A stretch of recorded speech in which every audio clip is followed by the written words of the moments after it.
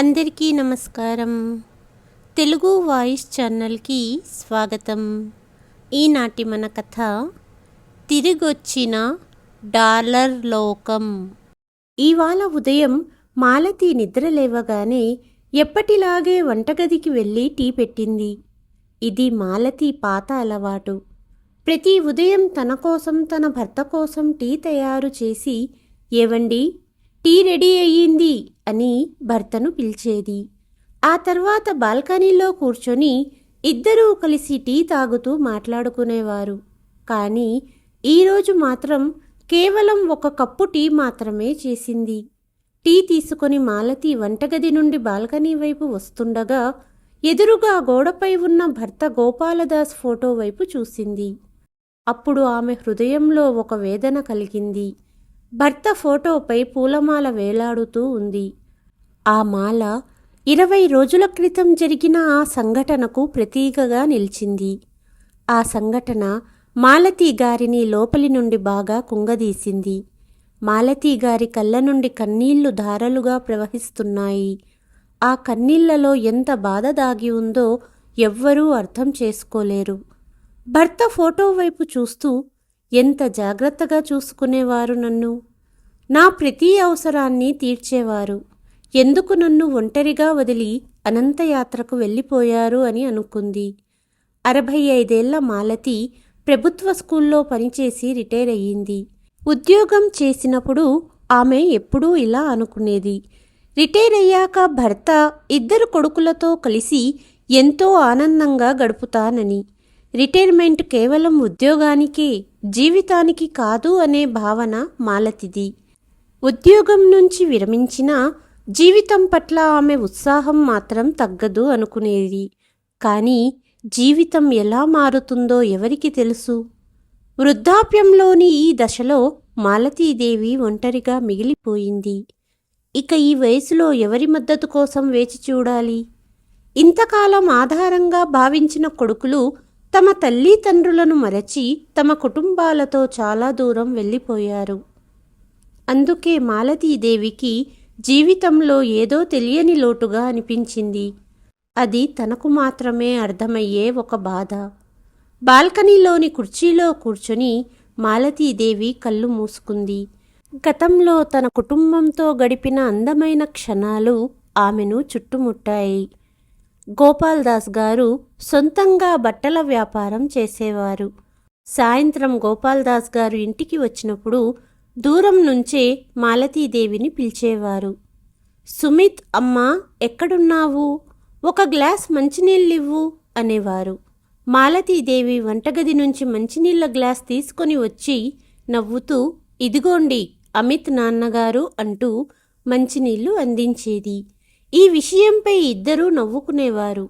మాలతీదేవి తన చిన్న కొడుకు సుమిత్ అంటే ప్రేమగా ఉండేది. అలాగే గోపాల్దాస్ గారికి పెద్ద కొడుకు అమిత్ అంటే ఎక్కువ ప్రేమగా ఉండేవారు. కానీ 2 కొడుకుల మధ్య ఎటువంటి వ్యత్యాసం చూపేవారు కాదు. మొదట్లో ఒకరినొకరు ఇలా పిలుస్తూ గొడవ పడడం వారికి ఆనందంగా ఉండేది. రాను రాను వారికి ఇలా పిలవడం అలవాటైపోయింది. 2 కొడుకులు అమిత్ మరియు సుమిత్ల మధ్య కేవలం 3 సంవత్సరాల తేడా ఉంది. వారి 2 కొడుకులకు పెద్ద చదువులు చదివించారు. ఇప్పుడు వారికి మిగిలి ఉన్న పని వారి కొడుకులకు మంచి ఉద్యోగాలు రాగానే వారి వివాహాలు చేయటం మాత్రమే. గోపాల్దాస్ గారు తన పెద్ద కొడుకు అమిత్ చదువు అయిపోయాక తన వ్యాపారాన్ని చూసుకుంటాడు అనుకున్నారు. కానీ అమిత్కు వ్యాపారంలో అంత ఆసక్తి లేదు. అమిత్కు విదేశాలలో ఉద్యోగం చెయ్యాలని కోరికగా ఉండేది. విదేశాలలో ఉద్యోగం సంపాదించి తన భవిష్యత్తును నిర్మించుకోవాలని, జీవితంలో ఎదగాలని అనుకునేవాడు. ఇదే విషయం తన తండ్రికి చెప్పగా గోపాల్దాస్ గారు చాలా బాధపడ్డారు. కానీ అమిత్, నువ్వు వెళ్ళిపోతే మన వ్యాపారం ఎవరు చూసుకుంటారు? మన వ్యాపారాన్ని విస్తరిస్తావు అని నిన్ను ఇంత పెద్ద చదువులు చదివించాను. ఉద్యోగం చేస్తే నెలా నెలా వచ్చే 1000 రూపాయల మీదే ఆధారపడాలి. కానీ మన వ్యాపారాన్ని పెంచితే కోట్లు సంపాదించవచ్చు అని అన్నారు గోపాల్దాస్ గారు. నాన్నా, ఇక్కడే ఉండి వ్యాపారం చేయడానికి ఇంత పెద్ద చదువులు చదవనక్కర్లేదు. మీ బట్టల షాప్ చూసుకునే విషయమంటారా? చదువు రాని వాడెవరైనా ఆ పని చేస్తారు. నేను విదేశాలకు వెళ్ళి అక్కడే మంచి ఉద్యోగం చేసి సెటిల్ అవ్వాలని నిర్ణయించుకున్నాను. నా మాట అర్థం చేసుకోండి అన్నాడు అమిత్. చదువు అనేది కేవలం ఉద్యోగం కోసం మాత్రమే కాదు. చదువుకోవడం వల్ల మనం ఏ పనినైనా తెలివిగా ఆలోచించి చేయగలగడానికి ఉపయోగపడుతుంది. వ్యాపారాన్ని వృద్ధి చేయటానికి కొత్త కొత్త ఆలోచనలు చాలా అవసరం. పనులు చేయటానికి మన దగ్గర వర్కర్స్ ఉన్నారు, కానీ నిన్ను అకౌంట్లు చూడమంటున్నాను. కానీ అమిత్, ఈ వ్యాపారం నచ్చకపోతే వేరే ఏదైనా వ్యాపారం ప్రారంభించు. వ్యాపారం చేయడం ఇష్టం లేకపోతే ఏదైనా ఉద్యోగం చూసుకో. నాకు ఎలాంటి అభ్యంతరం లేదు, కానీ మన దేశంలోనే ఉండు. నీ తల్లిదండ్రుల కళ్ళ ముందు ఉండు అని గోపాల్దాస్ గారు కొడుకును సంధాయించడానికి ప్రయత్నించారు. కానీ అమిత్ ఒప్పుకోలేదు. అప్పుడు అతని తమ్ముడు సుమిత్ ఇలా అన్నాడు, అన్నయ్య, నాన్నతో ఇలా ఎలా మాట్లాడగలుగుతున్నావు? మనల్ని కనీ పెంచి పోషించిన తల్లిదండ్రులను వదిలి వెళ్ళాలని ఎలా ఆలోచించగలిగావు? ఇది ఎంత పెద్ద తప్పు. వాళ్ళు మన కోసం ఎంత కష్టపడ్డారు, అన్నీ మర్చిపోయావా అని అన్నాడు. కానీ అమిత్ తమ్ముడి మాటలను వెటకారంగా సమాధానమిచ్చాడు. నీకు అమ్మా నాన్న చాటున నడవడం అలవాటైపోయింది. వాళ్ళేమన్నా కరెక్టే అంటావు. నీలాంటి వాళ్ళు జీవితంలో ఎప్పుడూ సఫలం కాదు. ఈ లోకం ఎంతగా మారిపోయిందో నీకు తెలియదు, కానీ నువ్వు అక్కడే బావిలో కప్పలా ఉండాలనుకుంటున్నావు. కానీ నేను నీలాగా ఉండలేను అని అన్నాడు. అమిత్ ఎవరి మాట వినడానికి సిద్ధంగా లేకపోవటంతో తల్లిదండ్రులు మౌనంగా ఉండటమే మంచిదని భావించారు. చాలా కష్టపడి అమిత్ వీసా సంపాదించాడు మరియు ఒకరోజు విమానం ఎక్కి అమెరికా వెళ్ళిపోయాడు. డాలర్ల అద్భుతమైన లోకంలో అమిత్కు తన వృద్ధాప్యంలో ఉన్న తల్లిదండ్రులు గుర్తుకు రాలేదు. అలాగే అతని బాధ్యతలు గుర్తుకు రాలేదు. కొడుకు వెళ్ళిపోవటంతో మాలతీదేవికి చాలా బాధ కలిగింది. గోపాల్దాస్ గారు ఆమెను ఓదార్చుతూ, బాధపడకు మాలతి, ఇప్పుడున్న కొత్త తరం వాళ్ళు తమ ఇష్టం వచ్చినట్లు జీవించాలని అనుకుంటారు అన్నారు. కానీ తల్లిదండ్రులు తమ పిల్లల కోసం సర్వస్వం త్యాగం చేస్తారు. తమ జీవితంలోని ప్రతి క్షణము పిల్లల భవిష్యత్తు గురించి ఆలోచిస్తాము. అయినా పిల్లలు తమ ఇష్టాల కంటే వేరేది ఆలోచించలేరా అని కన్నీళ్లతో అనింది మాలతి. చింతించకు మాలతి, అమిత్కి ఇష్టం వచ్చినట్లు జీవించనివ్వు. మనకు సుమిత్ ఉన్నాడు కదా. సుమిత్ చిన్నప్పటి నుండి మన మాట వినేవాడు. అమిత్కి పూర్తిగా భిన్నంగా ఉంటాడు. ఇంకా తల్లిదండ్రుల మాటను ఎప్పుడూ జవదాటడు. అతను అమిత్ లాగా స్వార్థపరుడు కాదు అన్నారు గోపాల్దాస్ గారు. అమిత్ వెళ్ళిన తర్వాత బాధపడుతున్న తన తల్లిదండ్రుల చేతులు పట్టుకొని, అమ్మా, నాన్న, బాధపడకండి, మీకు నేనున్నాను. నా తల్లిదండ్రులను వదిలి వెళ్ళటానికి బదులుగా ఎవరైనా నాకు ప్రపంచంలోని మొత్తం ధనాన్ని ఇచ్చినా కూడా నేను మిమ్మల్ని వదిలి వెళ్ళను అని అన్నాడు. కానీ సౌమ్య అతన్ని ప్రపంచంలోని మొత్తం ధనం కంటే ఎక్కువగా ఆకర్షించింది. ఆమెను కలిసిన క్షణం నుంచి ఆమె అందానికి బానిసై తన తల్లిదండ్రులను మర్చిపోయాడు. సౌమ్య కూడా అలాగే తన వెనకే తిరిగే అబ్బాయి, తన మాట వినే అబ్బాయి కోసం వెతుకుతోంది. ఎందుకంటే పెళ్ళయ్యాక తన ఇష్టం వచ్చినట్లు ఉండొచ్చు. అలాగే భర్త తన మాట వినేవాడైతే తను ఆడమన్నట్టు ఆడతాడని తన అభిప్రాయం. అందుకే ఆమెకు సుమిత్ ఒక పర్ఫెక్ట్ భర్తలా అనిపించాడు. సౌమ్య ధనవంతులైన ఆధునిక కుటుంబానికి చెందినది. 2 అన్నలకు ఒక్కతే చెల్లెలు. ఆమె తల్లి చిన్నప్పుడే మరణించింది. ఆమె తండ్రి కోట్ల రూపాయల వ్యాపారవేత్త. అతని వ్యాపారం చాలా నగరాల్లో విస్తరించి ఉంది. సౌమ్య తండ్రి బిజినెస్ ముందు సుమిత్ తండ్రి వ్యాపారం చాలా చిన్నది. కాలేజీలో చాలామంది అబ్బాయిలు సౌమ్యను ఇష్టపడ్డారు. సౌమ్య తనని ఇష్టపడుతుందని చెప్పినప్పటి నుంచి సుమిత్కు ఏదో గొప్పతనంగా ఫీల్ అయ్యాడు. ఒకరోజు ఉదయం కాలేజీ క్యాంటీన్లో కూర్చొని కూల్ డ్రింక్ తాగుతున్నప్పుడు సౌమ్య అడిగింది, సుమిత్, మీ అమ్మా నాన్నలని మా ఇంటికి ఎప్పుడు పంపుతున్నావు? మా నాన్న మీ అమ్మా నాన్నను కలవాలని అడుగుతున్నారు అనింది. ఇప్పుడు మీ నాన్న వాళ్ళని కలవాలని ఎందుకు అనుకుంటున్నారు? ఆల్రెడీ నన్ను కలిశారు కదా అన్నాడు సుమిత్. అరే సుమిత్, నువ్వు చాలా అమాయకుడివి. నాన్నకు నువ్వు నచ్చకపోతే మీ అమ్మా నాన్నలని ఎందుకు కలవాలని అంటారు? నాన్న మన పెళ్లి గురించి మీ అమ్మా నాన్నలతో మాట్లాడాలని అనుకుంటున్నారు. పెళ్లి విషయం ఇంటి పెద్దలతోనే మాట్లాడాలి కదా. నువ్వు ఒక పని చెయ్యి, ఈ ఆదివారం మీ అమ్మా నాన్నలని మా ఇంటికి పంపించు. ఎందుకంటే త్వరలో మా నాన్న బిజినెస్ పని మీద విదేశాలకు వెళ్ళిపోతున్నారు. తిరిగి రావడానికి కొద్ది నెలలు పడుతుంది. అంతకు ముందే మన పెళ్లి తేదీ ఫిక్స్ చేసుకోవాలి, లేకపోతే కొన్ని నెలలు ఆలస్యమవుతుంది అనింది సౌమ్య. సుమిత్ కొంచెం సంకోచించాడు.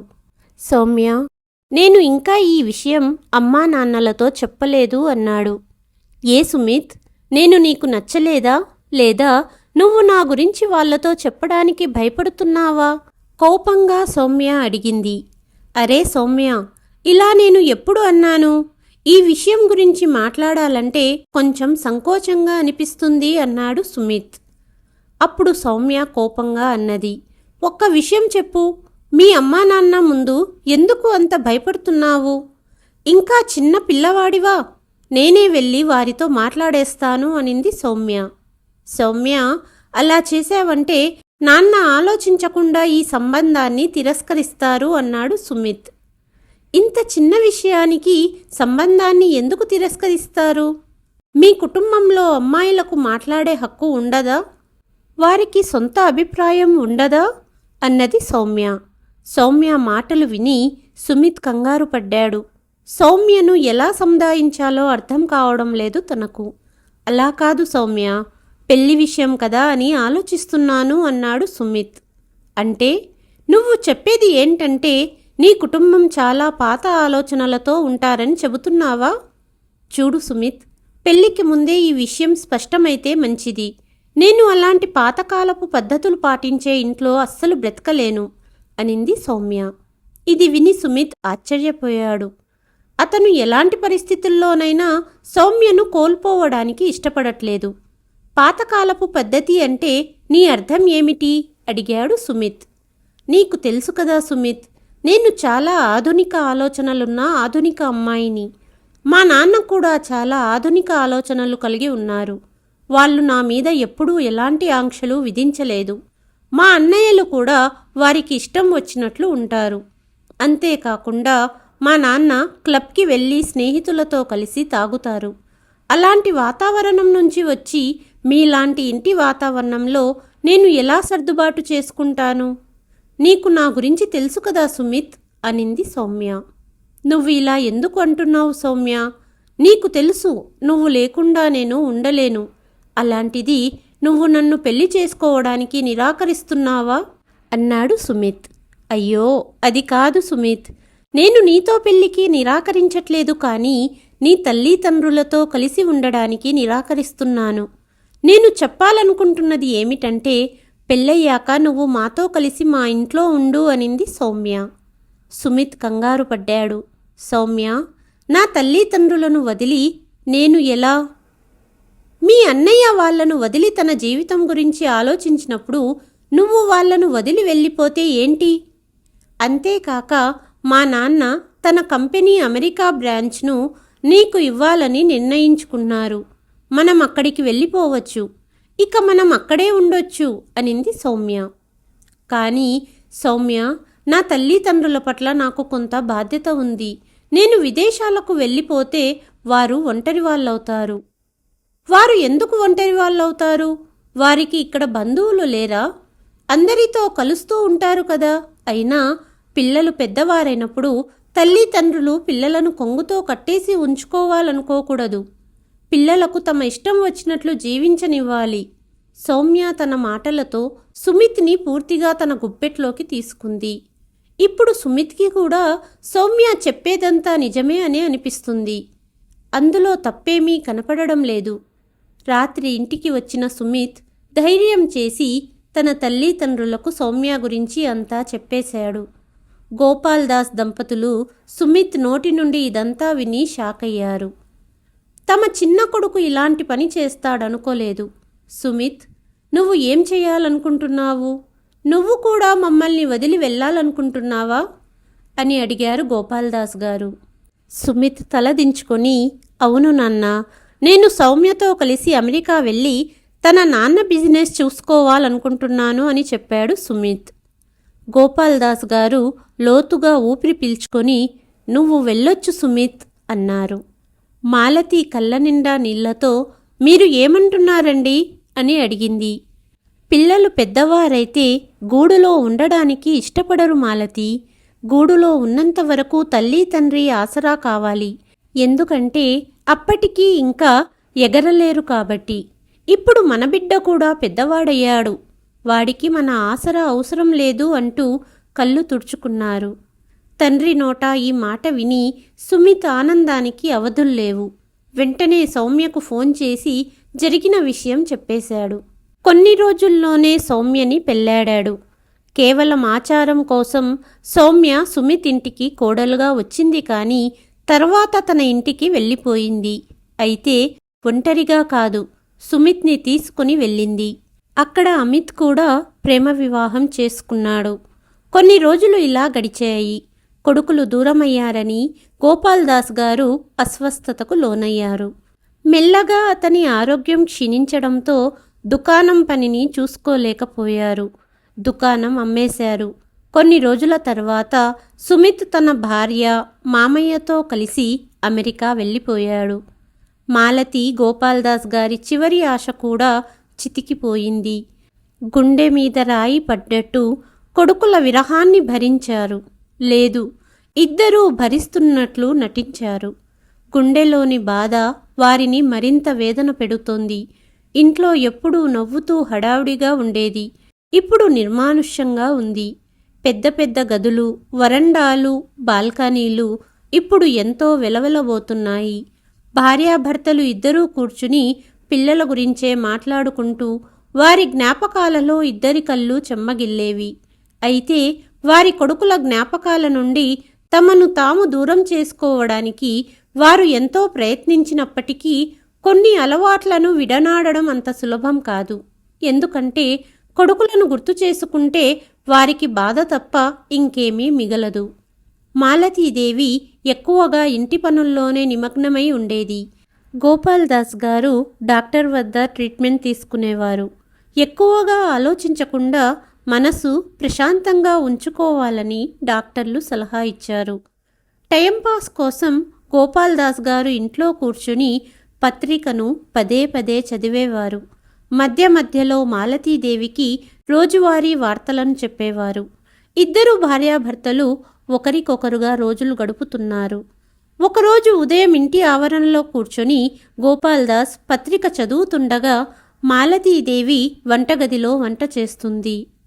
కాసేపటికి మాలతీదేవి వంటగది కిటికీ నుండి, ఏమిటి, ఈరోజు మీ దగ్గర చెప్పడానికి ఏమీ వార్తలు లేవా అని భర్తకు వినపడేలా అడిగింది. కానీ గోపాల్దాస్ ఏమీ సమాధానం చెప్పలేదు. పత్రిక చదవడంలో లీనమైపోయారు అనుకుంది మాలతి. కాసేపు గడిచిపోయింది, కానీ గోపాల్దాస్ గారు ఏమీ మాట్లాడలేదు. మాలతీదేవికి భర్త ప్రవర్తన కొంచెం అనుమానంగా అనిపించింది. అందుకే వంటగది నుండి బయటికి వచ్చి చూస్తే పత్రిక కింద పడి ఉంది.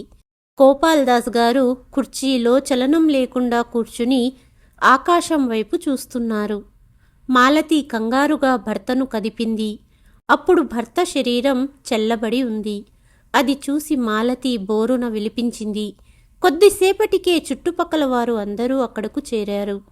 కొడుకులకు ఫోన్ చేసి దగ్గరి బంధువు విషయం చెప్పారు. ఇద్దరూ తండ్రి మరణానికి విచారం వ్యక్తం చేశారు, కానీ వెంటనే రాలేమని, కాబట్టి తండ్రి అంత్యక్రియలు వారు లేకుండానే చెయ్యమన్నారు. ఒంటరిగా మిగిలిన తల్లిని గురించి ఆలోచించమని అతను ఫోన్లో చెప్పాడు.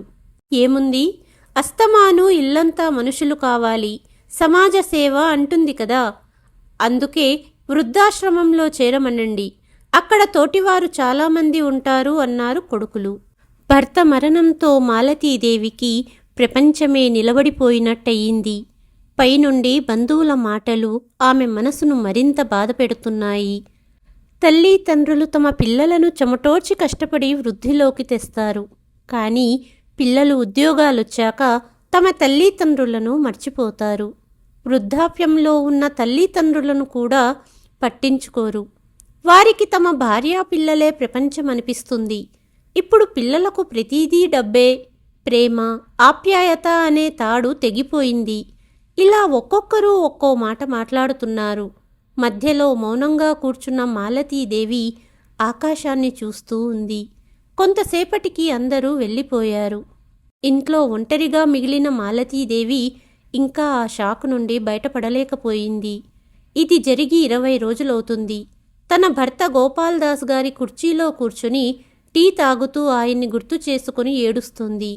మాలతి చాలాసేపు అలాగే కూర్చుంది. మధ్యాహ్నం 2 గంటలయ్యింది. కానీ ఇంకా ఆమె అల్పాహారం కూడా చేయలేదు. అలాగే కూర్చొని ఉంది. అప్పుడే డోర్ బెల్ మోగింది. ఆ శబ్దానికి తన జ్ఞాపకాల నుండి వర్తమానంలోకి వచ్చింది మాలతి.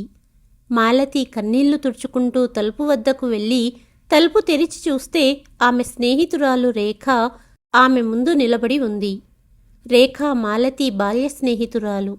తన స్నేహితురాలిని చూడగానే మాలతి హృదయంలోని అపారమైన బాధ బయటికి వచ్చింది. ఆమె ఏడుస్తూ, రేఖ, నన్ను ఒంటరిదాన్ని చేసి దాసుగారు వెళ్ళిపోయారు చూడు అని బోరున విలిపించింది మాలతి.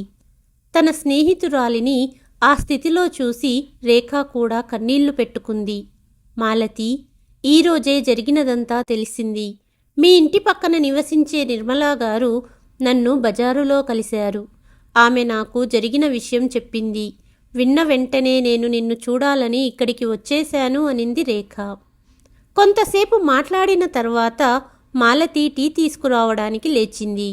అప్పుడు అకస్మాత్తుగా బలహీనత కారణంగా తల తిరిగి పడబోయింది. రేఖ ఆమెను వెంటనే పట్టుకుంది. మాలతి, నీకు ఆరోగ్యం బాగోలేదా?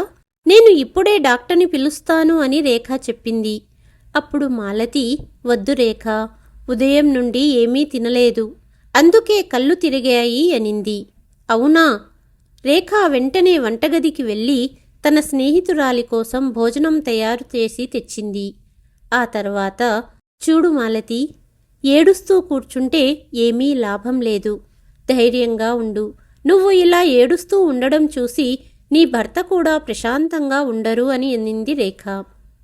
ఎలా ధైర్యంగా ఉండగలను రేఖ? 2 కొడుకులు ఇప్పటికే మమ్మల్ని వదిలి విదేశాలకు వెళ్ళిపోయారు. ఇప్పుడు భర్త కూడా వదిలి వెళ్ళిపోయారు. వృద్ధాప్యంలో ఇంత పెద్ద ఇంట్లో ఒంటరిగా జీవించవలసి వస్తుంది అని చెబుతూ ఏడ్చింది మాలతి. మాలతి, నిశ్చయం బలంగా ఉంటే కష్టాలు కూడా సులభంగా కనిపిస్తాయి. నిన్ను కాదనుకున్న కొడుకులపై ఆశలను వదులుకో. భవిష్యత్తు గురించి ఆలోచించు.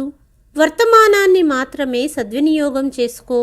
మనసులోని అన్ని చింతలను భగవంతునిపై వదిలేసై. నన్ను చూడు, నా భర్త 15 సంవత్సరాల క్రితమే మరణించాడు. ఉద్యోగం చేసి చాలా కష్టపడి ఒక్కగానొక్క కొడుకును పెంచి పెద్ద చేసి ఘనంగా అతని పెళ్లి చేశాను.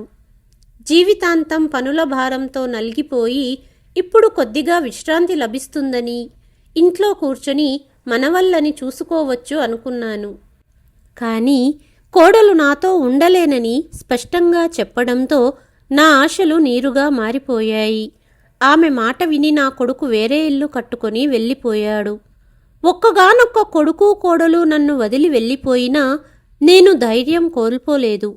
ఉద్యోగం చేసే ఓపిక లేదు. అందుకే ఇంట్లోనే పిల్లలకు ట్యూషన్ చెప్పడం ప్రారంభించాను.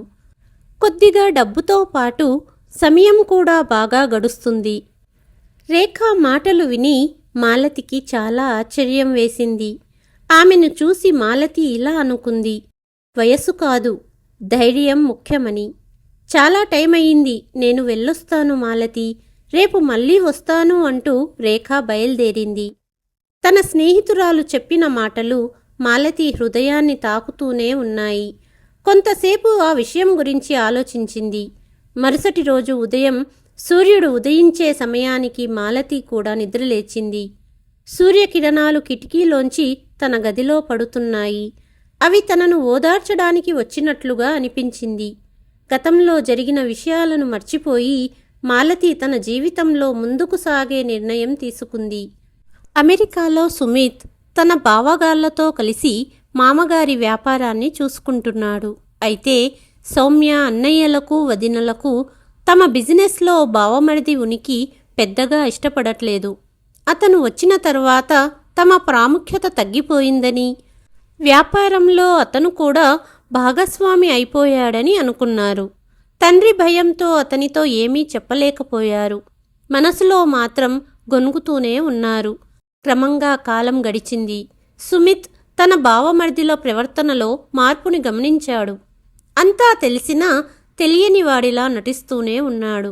కోరుకున్న జీవితం దక్కిందని విదేశాలకు వెళ్ళిన సౌమ్య చాలా సంతోషంగా ఉంది. తన సమయాన్ని అంతా బ్యూటీ పార్లర్లలో, పార్టీలలో, షాపింగ్లలో గడిపింది. డబ్బును వృధా చేయటంలో తనకు ఎవ్వరూ అడ్డు చెప్పేవారు లేరు. ఒకరోజు సౌమ్య తండ్రి మద్యం తాగి కారు నడుపుతుండగా అనుకోకుండా కారు ప్రమాదం జరిగింది. సౌమ్య తండ్రికి ప్రమాదంలో మరణం సంభవించింది. ఆమె ఇద్దరు అన్నయ్యలు వదినలకు చెల్లెలు మరియు బావమరిదితో కలిసి ఉండటం ఇష్టం లేదు. అందుకే తండ్రి చనిపోయిన వెంటనే వారు సౌమ్య వాటాను వేరు చేసి ఆమెను భర్తతో కలిసి ఇంటి నుండి బయటికి వెళ్ళమని చెప్పారు. సౌమ్య ఎంత బతిమాలినా వారు వినలేదు. సుమిత్ ఏమీ మాట్లాడలేకపోయాడు. సౌమ్య చిన్నప్పటి నుండి అన్ని సౌకర్యాలతో పెరిగింది. తండ్రి ఆమెకు ఏ కష్టం కలిగించలేదు. జీవితంలో కష్టపడడం ఆమెకు తెలియదు. కానీ తండ్రి చనిపోయిన తర్వాత ఆమె వదినలు అన్నయ్యల వైఖరి పూర్తిగా మారిపోయింది. ఇక ఇప్పుడు సౌమ్య కూడా వారితో ఉండాలనుకోవడం లేదు. త్వరగా వేరే ఇల్లు కట్టుకొని వెళ్ళాలని అనుకుంటోంది. కానీ ఇది ఎలా జరుగుతుంది? సౌమ్యకు ఇచ్చిన వాటా డబ్బు ఇల్లు కట్టుకొని ఏదైనా బిజినెస్ ప్రారంభించడానికి సరిపోదు. అప్పుడు సుమిత్ అన్నాడు, చేతిలో ఉన్న డబ్బు కొత్త ఇల్లు కట్టుకొని ఉండడానికి ఎలాగూ సరిపోదు. అందుకే ఇండియాకు తిరిగి వెళ్దామనిపిస్తుంది. అప్పుడు సౌమ్య ముఖంలో చిరునవ్వు. ఆహా, నేను మర్చిపోయానే, ఇప్పుడు మన పని అయిపోతుంది అనింది. నీకు ఎందుకు అలా అనిపిస్తుంది? సుమిత్ అన్నాడు. సుమిత్, అలానే అనుకో. మీ నాన్నగారి ఆస్తిలో నీ వాటా ఎప్పుడు ఉపయోగపడుతుంది? నేను ఇండియాలో ఉండాలని అనుకోవడం లేదు. మనం వారి నుండి మన వాటా తీసుకొని ఇక్కడికి వచ్చేసి ఇక్కడే కొత్తగా జీవితం ప్రారంభిద్దామనింది సౌమ్య. అప్పుడు సుమిత్ ఆశ్చర్యంతో అన్నాడు, లేదు సౌమ్య, ఆస్తిలో మన వాటా ఉంది. కానీ నేను అమ్మని అది అమ్మమని ఎలా అనగలను? సుమిత్, మనకు వేరే మార్గం లేదు. ఒక మార్గం ఉంది సౌమ్య. మనం ఇక్కడే ఉండి ఉద్యోగం వెతుక్కుందాం. మనం అద్దె ఇంట్లో ఉండొచ్చు. నీ ఉద్యోగంతో ఖర్చులు తీరవు. నువ్వు డాక్టర్ లేదా ఇంజనీర్ అయితే ఆ మాట వేరే. మా అన్నయ్య వాళ్ళు మమ్మల్ని ఎంత అవమానించి ఇంటి నుంచి వెళ్ళిపోమన్నారు. ఇప్పుడు వాళ్ళు లేకుండా మనం బాగా జీవించగలమని చూపించాలి. నాన్న చనిపోయిన తర్వాత ఇన్నాళ్లలో మనం అమ్మకు ఫోన్ చేసి ఎలా ఉందో కూడా అడగలేదు. ఇప్పుడు వెళ్ళి మా వాటా అని అడిగితే తప్పేముంది సుమిత్? నువ్వు వాళ్ళ కొడుకువు కదా. ఇప్పుడు నీ అన్నయ్యకు ఫోన్ చేయి. వాళ్ళకి వాటా కావాలి కదా. అతన్ని రమ్మను ఇండియాకి అన్నది సౌమ్య. అన్నయ్యకు ఏమవసరం? చాలా మంచి ఉద్యోగం చేస్తున్నాడు. ఒక్కసారి మాట్లాడు అని అంటూ సౌమ్య ఫోన్ కలిపింది. అమిత్తో మాట్లాడిన తర్వాత సుమిత్కు అసలు విషయం తెలిసి ఆశ్చర్యపోయాడు. అమిత్ ఉద్యోగం పోయింది. చాలా ప్రయత్నాలు చేసినా అతనికి మంచి ఉద్యోగం దొరకలేదు. అందుకే తప్పక చిన్న వ్యాపారం ప్రారంభించాడు. కానీ అందులో కూడా నష్టాలు వస్తున్నాయి. సుమిత్తో కలిసి భారత్ వెళ్ళి తల్లిని ఆర్థిక సహాయం కోరాలని నిర్ణయించుకున్నాడు. ఒకరితో ఒకరు మాట్లాడుకున్న తర్వాత ఇద్దరు అన్నాతమ్ములు కలిసి తమ ఇంటికి వెళ్ళి తమ వాటా అడగాలని నిర్ణయించుకున్నారు. ఇప్పుడు అమిత్ 8 సంవత్సరాల తర్వాత మరియు సుమిత్ 6 సంవత్సరాల తర్వాత తమ ఇంటికి తిరిగి వస్తున్నారు. భారతదేశం చేరుకున్నాక ట్యాక్సీలో ఇంటికి బయలుదేరారు. కాసేపు ప్రయాణం తర్వాత వారి ట్యాక్సీ ఇంటి దగ్గర ఆగగానే ట్యాక్సీ దిగి బయటికి వచ్చి ఇంటిని చూసి ఆశ్చర్యపోయారు. ఇల్లంతా పండగ వాతావరణంలా ఉంది. అమిత్ సుమిత్లు ఒకరినొకరు ఆశ్చర్యంగా చూసుకున్నారు. ఆ తర్వాత ఎదురుగా ఉన్న బోర్డు వైపు చూశారు. దానిపై పెద్ద అక్షరాలతో శ్రీ గోపాల్ దాస్ మెమోరియల్ స్కూల్ అని రాసి ఉంది. నిజానికి మాలతి తమ ఇంటిని మరమ్మతు చేయించి రినోవేట్ చేయించి ఒక స్కూల్గా మార్చింది. పేద ప్రజలకు ఉచిత విద్యతో పాటు ఒక పూట భోజనం కూడా అందిస్తున్నారు. కాలక్రమంలో కొన్ని సామాజిక సంస్థలు కూడా వారు పేదలకు చదువు చెప్పే పని చేస్తున్నారని తెలుసుకొని వారికి సహాయం చేయటానికి ముందుకు వచ్చారు. పాఠశాల కోసం ట్రస్టు కూడా ఏర్పాటు చేశారు. పాఠశాల ప్రారంభమయ్యి 2 సంవత్సరాల తర్వాత పక్కనే ఉన్న భవనాన్ని కొని దాన్ని కూడా పాఠశాలలో చేర్చారు. ఈరోజు వారి పాఠశాల వార్షికోత్సవం. ఈ కార్యక్రమంలో ముఖ్య అతిథిగా నగర మేయర్ హాజరయ్యారు. ఈరోజు వారి పాఠశాలను నగరంలోని ప్రముఖ పాఠశాలలో ఒకటిగా లెక్కించబడుతుంది. ఇప్పుడు వారి ప్రాథమిక పాఠశాలను ఉన్నత పాఠశాలగా మార్చడానికి అనుమతి లభించింది. అందుకే ఈరోజు మాలతీదేవి చాలా సంతోషంగా ఉంది.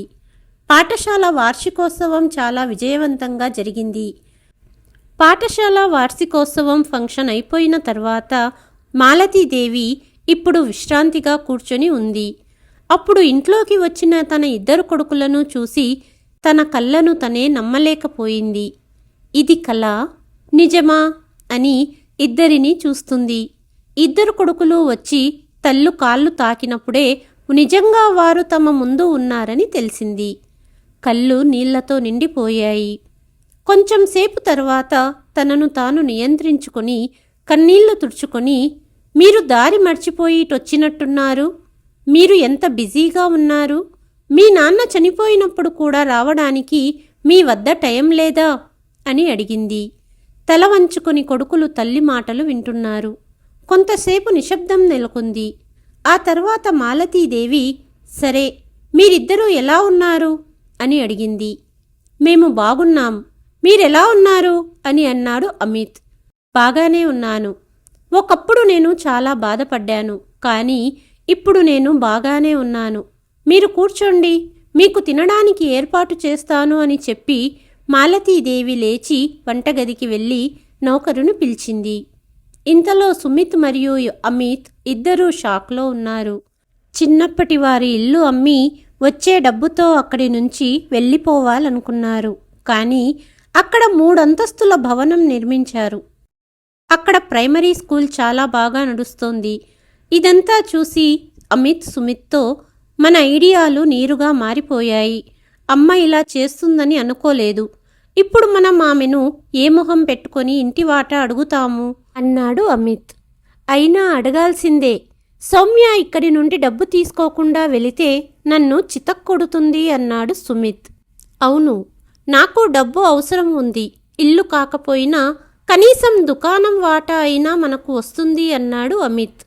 కొద్దిసేపటికి మాలతీదేవి భోజనం పెట్టింది. అందరూ కలిసి భోజనం చేశారు. భోజనం చేస్తున్న అమిత్ సుమిత్ ఇద్దరూ బాగా ఆలోచిస్తున్నారు. మాలతీదేవి అది గమనించింది కానీ ఏమీ మాట్లాడలేదు. భోజనమయ్యాక, అమ్మా, నీతో ఒక మాట మాట్లాడాలి అన్నాడు అమిత్.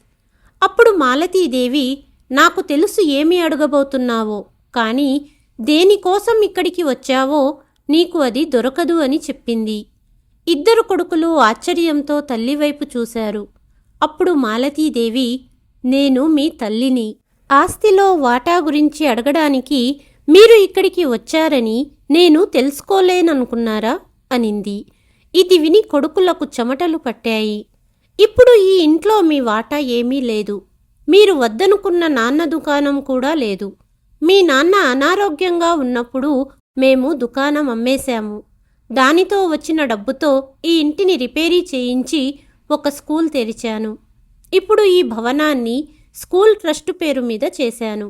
నేను లేకపోయినా స్కూల్ ఇలాగే కొనసాగుతుంది అని మాలతీదేవి చెప్పింది. కానీ అమ్మా, నీకు ఇవన్నీ చేయాల్సిన అవసరం ఏముంది అని అడిగాడు అమిత్.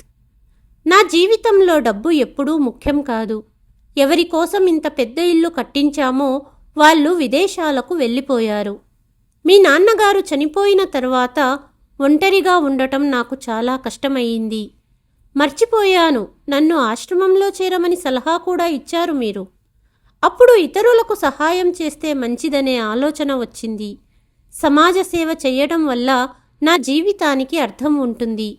దేవుడు కూడా నాకు సహాయం చేశాడు. ఇప్పుడు సమయం ఎలా గడుస్తుందో తెలియదు. ఒంటరితనం నన్ను ఆవహించదు. అంతేకాకుండా నేను మీ నుంచే విన్నాను. పిల్లలు పెద్దవారైనప్పుడు వారి జీవితం వారిని బ్రతకనివ్వాలి. వారిని తల్లి తండ్రి తమ వద్ద ఉంచుకోకూడదు. నీ మాట ప్రకారమే నేను వ్యవహరించాను. మేడం, మీతో కలవడానికి ఎవరో వచ్చారు అని అక్కడ పనిచేసే అతను వచ్చి చెప్పగా, సరే వారిని ఆఫీసులో కూర్చోబెట్టు, నేను వస్తాను అని మాలతి అతనికి చెప్పింది. నాకు కొంచెం పని ఉంది, అది ముగించి వస్తాను. వీరేశం అని పని అతన్ని పిలిచి, అతిథులకు టీ టిఫిన్లు ఇవ్వండి, చాలా దూరం నుండి వచ్చారు అని చెప్పి మాలతి అక్కడి నుండి వెళ్ళిపోయింది. తల్లి మాటలు విని అమిత్ మరియు సుమిత్ చాలా బాధపడ్డారు.